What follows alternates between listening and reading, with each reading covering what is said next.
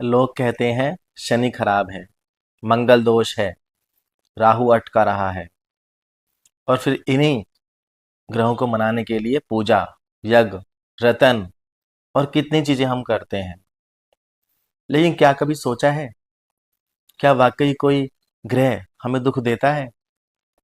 क्या सच में कोई पत्थर पहन लेने से हमारा भाग्य बदल सकता है?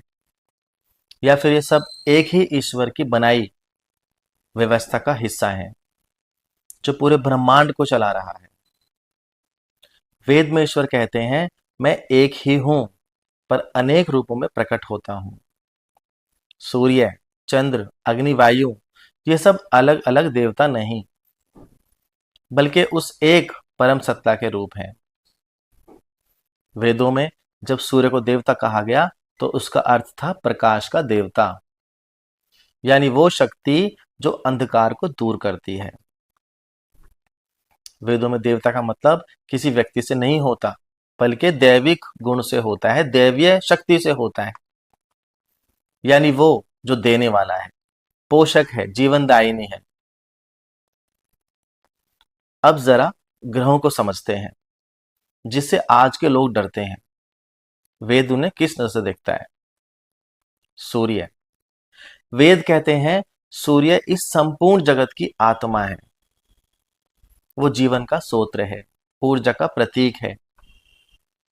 वो किसी को अच्छा या बुरा नहीं करता, बस देता है सबको समान रूप से। चंद्र। वेदों में चंद्र को मन का देवता कहा गया है। वो शांति, सौम्यता और संतुलन का प्रतीक है। अगर तुम्हारा मन अशांत है, तो दोष चंद्र का नहीं, बल्कि तुम्हारे विचारों का है। मंगल। शक्ति और पराक्रम का प्रतीक। वेदों में मंगल उस ज्वाला का प्रतिनिधि है जो भीतर ऊर्जा जगाती है, पर वो विनाश नहीं करता। उसे नियंत्रित ना कर पाना हमारी भूल है। बुध। विवेक और संवाद का प्रतीक है। वेदों में बुध ज्ञान की स्पष्टता का चिन्ह है। जो सही सोच सके, वही सच्चा बुद्धवान। बृहस्पति। धर्म और ज्ञान का प्रकाशक। वो गुरुत्व का प्रतीक है, जो जोड़ता है, स्थिर रखता है, सिखाता है। इसका अर्थ यह नहीं कि अगर बृहस्पति ठीक नहीं तो सब बृहस्पति ठीक है तो सब शुभ होगा, या बृहस्पति ठीक नहीं तो सब अशुभ होगा। बल्कि इसका अर्थ है कि जब विवेक जागृत है, तो जीवन सही दिशा में चलेगा। शुक्र। सौंदर्य, कला, प्रेम और मर्यादा का प्रतीक। वेद कहते हैं जीवन का आनंद लो, लेकिन संयम के साथ। शुक्र दोष तब आता है जब भोग मर्यादा से आगे निकल जाए। शनि। न्याय का प्रतीक। वेदों में शनि क्रूर देवता नहीं, बल्कि न्यायाधीश है, जो दंड नहीं देते, फल दिखाते हैं। जो जैसा कर्म करेगा वैसा ही परिणाम पाएगा। यह शनि नहीं, यह ईश्वर का नियम है। राहु और केतु। वेदों में ये छाया ग्रह है। राहु भ्रम और मोह का प्रतीक है, केतु त्याग और मोक्ष का। जीवन में भ्रम और परीक्षा भी जरूरी है, क्योंकि वही हमें सत्य तक ले जाती है।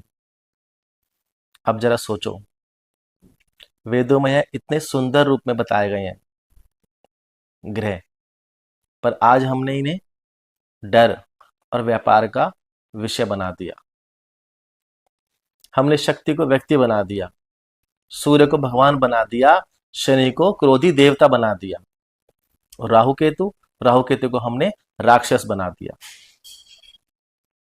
ये हमें रोक नहीं सकते अगर हमारे कर्म और विचार सही हैं, पर हमने कर्म को छोड़ा और उपायों में आस्था रख ली।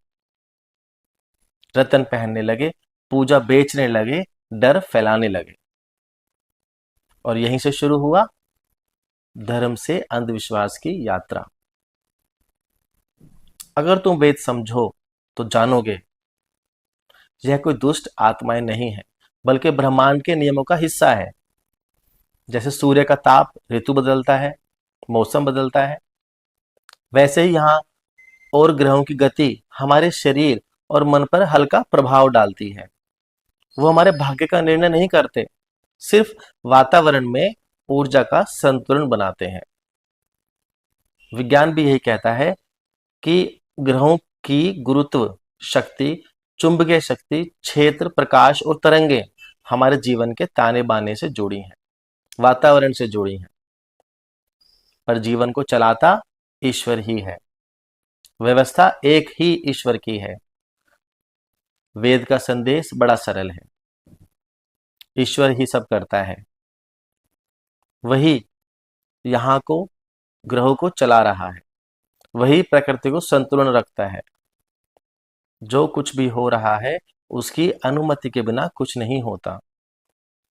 अगर तुम्हें कोई बाधा लग रही है तो उसे किसी ग्रह का दोष मत मानो, वो तुम्हारे ही कर्म और विचारों का प्रतिबिंब है।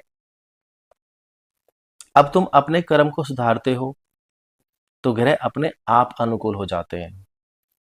तो आज से डरना बंद करो। ग्रहों को मनाने की कोशिश मत करो, अपने मन को शांत करो। क्योंकि जब मन शांत होता है तो संपूर्ण सृष्टि अनुकूल हो जाती है। रतन नहीं, अपने कर्म को चमकाओ।